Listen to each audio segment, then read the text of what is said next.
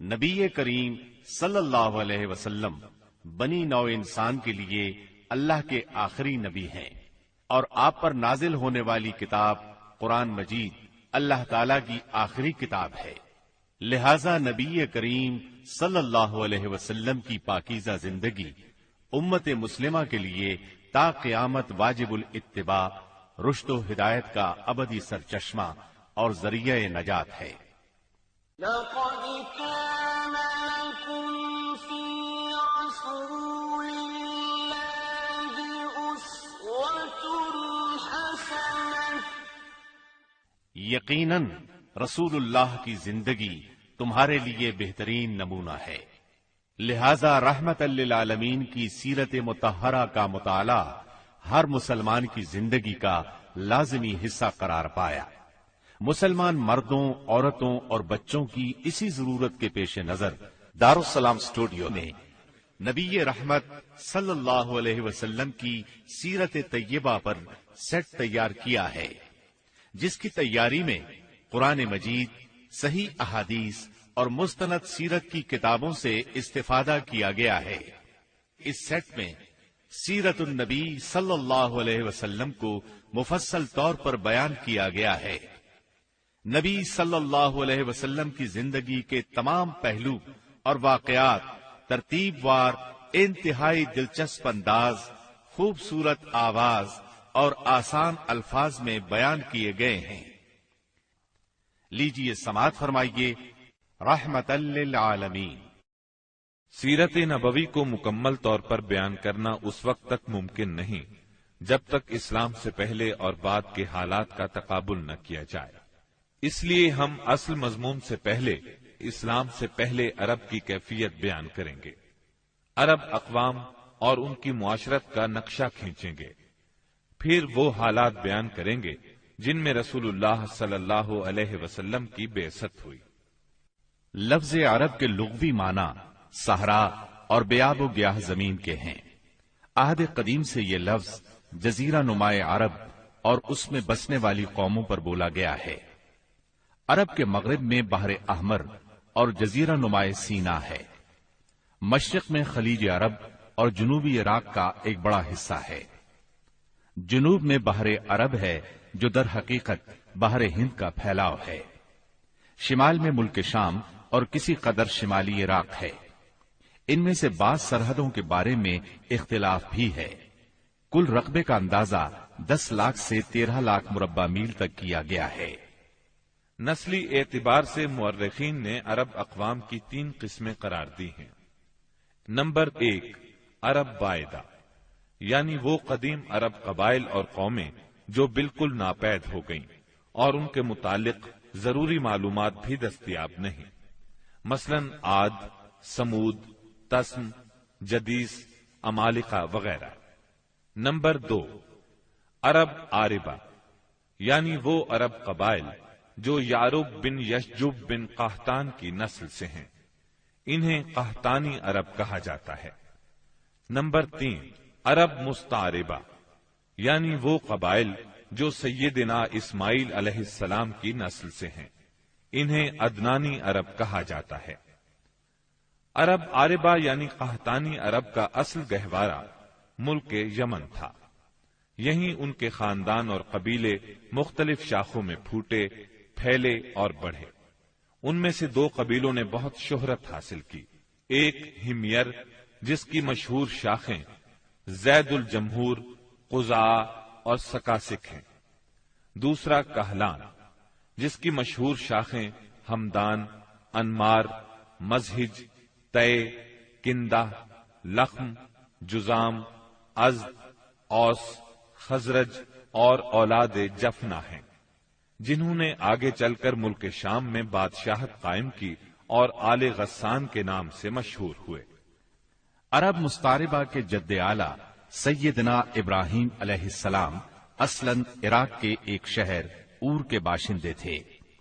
یہ شہر دریائے فرات کے مغربی ساحل پر کوفے کے قریب واقع تھا۔